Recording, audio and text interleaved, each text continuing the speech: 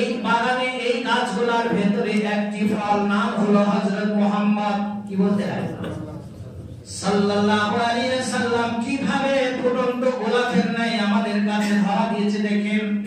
মায়ের গর্ভে যখন এসে গেল, সেই অবস্থায় আব্বা ব্যবসার জন্য চলে গেলেন সামনে দেশে।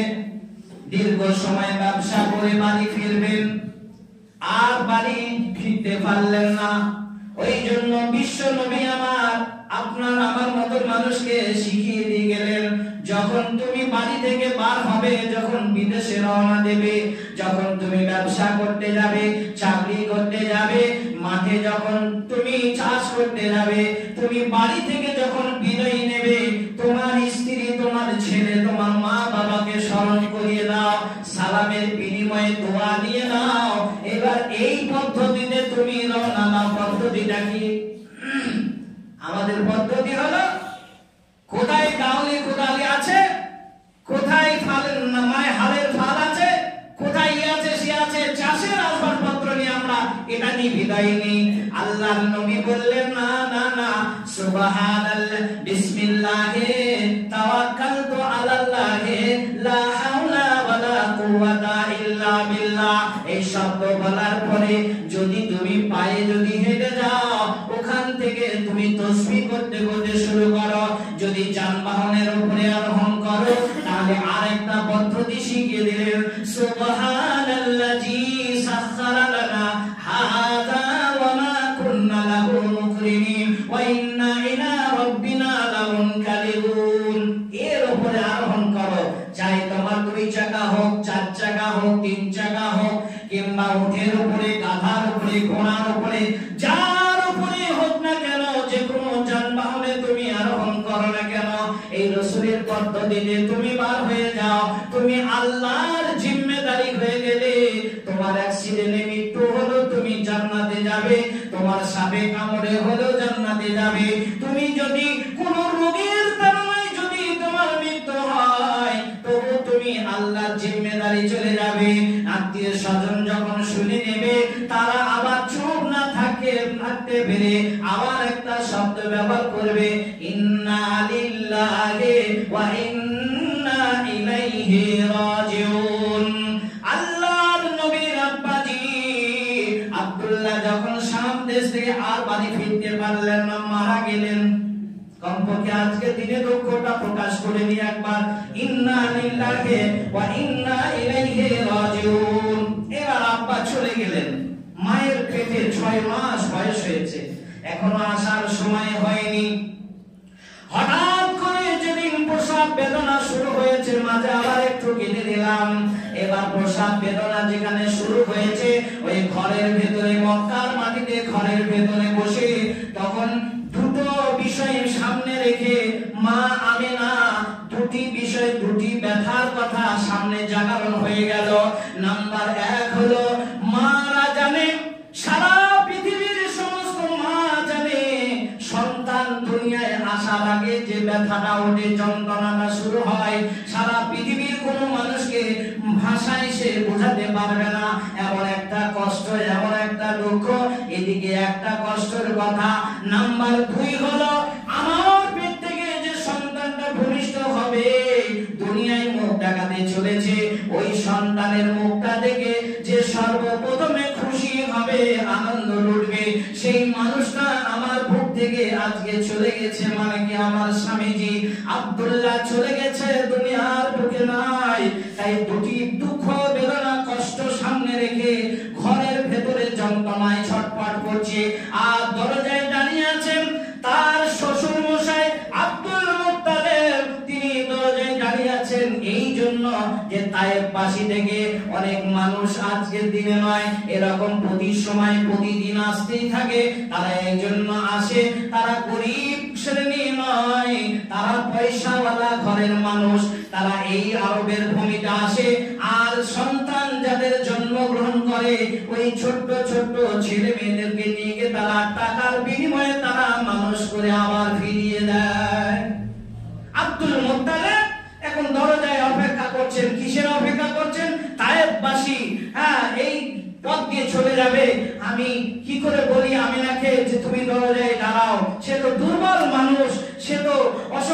মানুষ, সে মানে স্বামী হারা মানুষ, সে কি করবে? তাই দরজায় দাঁড়িয়ে শ্বশুর মশাই দাঁড়িয়ে আছে, সামনে তায়েববাসীরা যখন চলে যায় সেখান দিয়ে যেতে যেতে বলে, শোনো, এই ঘরে একটা সন্তান আছে, তবে এতিম সন্তান, অর্থ করে বিশেষ দেওয়া যাবে না, যদি কারো দয়া হয় মায়া হয় তোমরা একটু নিয়ে যেতে পারো। যখনই শোনে এতিম ছেলে, কেউ সেদিকে তাকায় না, কেউ চায় না, কেউ অপেক্ষা করে না, কেউ দাঁড়াইলো না, এইভাবে সবাই এক এক চলে যায়, সন্তান নিয়ে ফিরে যায়। ভাগ্যবতী মহিলা তায়েববাসী হালিমাতুস সাদিয়া, তিনি তখন ফিরে আসেন।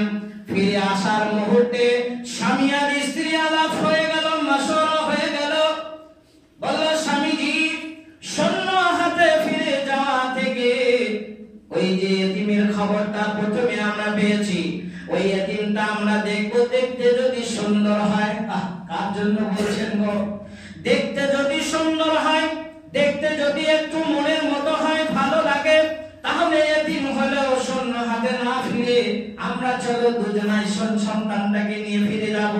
হালিমাতুস সাদিয়া শ্বশুর মশাই আব্দুল মুত্তালিবকে দাঁড়িয়ে বললেন, ছেলেটা আমরা একবার দেখবো, তবে নেবার জন্য নয়, আমরা দেখার জন্য চললাম, যদি পছন্দ হয় তবে নেব, নচেত আমরা নেব না। হালিমাতুস সাদিয়া যখন ঘরে ঢুকলেন, ঘরে ঢোকার পরে বলছেন আমিনাকে, ওগো শিশুর মা, তুমি সন্তানটা আমাদের কোলে দাও। হালিমাতুস সাদিয়া তিনি তার ভাষায় প্রকাশ করে গেছেন, না দিদি হাত জলজল করছে। হালিমা বলছে যে আমিনার কোল থেকে শিশু মুহাম্মদ সাল্লাল্লাহু আলাইহি ওয়াসাল্লামকে যখন আমার কোলে উঠিয়ে নিলাম, আমার মনে হলো যেন ওই আকাশের পূর্ণিমা চাঁদটা যেমন মানে উদিত হয়, সারা পৃথিবীটাকে যেমন অন্ধকারে আলো দান করে, ঠিক আমি হালিমা ওই সন্তানটাকে যখন আমি কোলে উঠিয়ে নিলাম, আমার মনে হলো আমার কোলে ওই পূর্ণিমা চাঁদটা যেন ধরা পড়ে গেছে। কত সুন্দর, কত সুন্দর ফুটফুটে ছেলে, সেই ছেলে দেখলাম। শুধু তাই নয়, হালিমা বলছেন আমার ওই শিশুটাকে কোলে বুকে জড়িয়ে ধরে আমার মনে হলো যেন বহুদিনের আমার বুকের ব্যথাটা পর্যন্ত যেমন আগুন দাও দাও করে জ্বলে, পানি যেমন দিলে নিবারণ হয়ে যায়, আমার বুকের ব্যথাটা আমার মনে হলো যেন দপ করে নিভে গেল সন্তানটা বুকে জড়িয়ে ধরাতে। শুধু তাই নয়, হালিমাতুস সাদিয়া বলছেন আমার গাধাটা ওই দিনের ঘটনা, যেদিন ঘটনা ঘটেছিল ওই দিন আমার গাধাটা সব থেকে দলের মধ্যে দুর্বল ছিল, এত দুর্বল ছিল, কারো সঙ্গী হয়ে আমি যেতে পারতাম না। যখনই শিশু মুহাম্মদ সাল্লাল্লাহু আলাইহি ওয়াসাল্লামকে গাধার উপরে আমি উঠিয়ে নিলাম, সঙ্গে সঙ্গে আমার গাধাটা এত শক্তিশালী হয়ে গেল, এত তীক্ষ্ণ বেগে ছুটতে লাগলো, বিদ্যুৎ গতিতে ছুটতে ছুটতে আমার আগে যারা চলে গেছে, এক আধ ঘন্টা আগে যারা চলে গেছে সন্তান নিয়ে, আমি হালিমাতুস সাদিয়া স্বামী স্ত্রী ওই শিশুটাকে নিয়ে আমি এত জোরে এত মানে গতিতে ছুটে গেলাম, তারা আমার দিকে তেলফাল করে চেয়ে দেখে আর বলে, হালিমা এত সুন্দর গাধা কোথায় পেল? ওর তো দুর্বল ছিল গাধা, আমাদের সঙ্গে যাওয়া তো দূরের কথা, আমাদের পেছনেও আসতে পারতো না, আজকে হালিমার গাধা এত শক্তিশালী এত দিনালু হলো কেমন করে? হালিমাতুস সাদিয়া এখান থেকে শেষ নয় বন্ধুরা আমার, আমি অনেক ছাটাই বাছাই করে আপনাদের কাছে শোনাতে চলেছি। বলছে যখন বাড়ি নিয়ে গেলাম, বাড়িতে যখনই আমি প্রবেশ করেছি, আমার কুয়াতে পানি ছিল না, শুকনো কুয়ার উপরে যেন পানি উতল পাতাল করছে। শুধু তাই নয়, হালিমাতুস সাদিয়া বলছেন আমার বাগানে খেজুর গাছের আমি কাণ্ডর দিকে লক্ষ্য করে দেখলাম, সেখানে দেখছি ডাঁশা পাকা খেজুর যেন আমার দিকে চেয়ে আছে। এই পর্যন্ত শেষ নয়, এইভাবে যখন হালিমাতুস সাদিয়ার বাড়িতে একদিন দুদিন এক বছর দুই বছর করে যখন 6 বছর যখন মানুষ হতে লাগলো, এখানে আবার কেটে দিয়ে চলে আসলাম আল্লাহর নবী মুহাম্মদ রাসূলুল্লাহ সাল্লাল্লাহু আলাইহি ওয়াসাল্লাম ছোট ছোট শিশুদের সাথে ওই পাহাড়ি পাদদেশে খেলাধুলা করতে যেতেন। এইভাবে খেলাধুলা করতে করতে যখন সন্ধ্যা ঘনিয়ে আসতো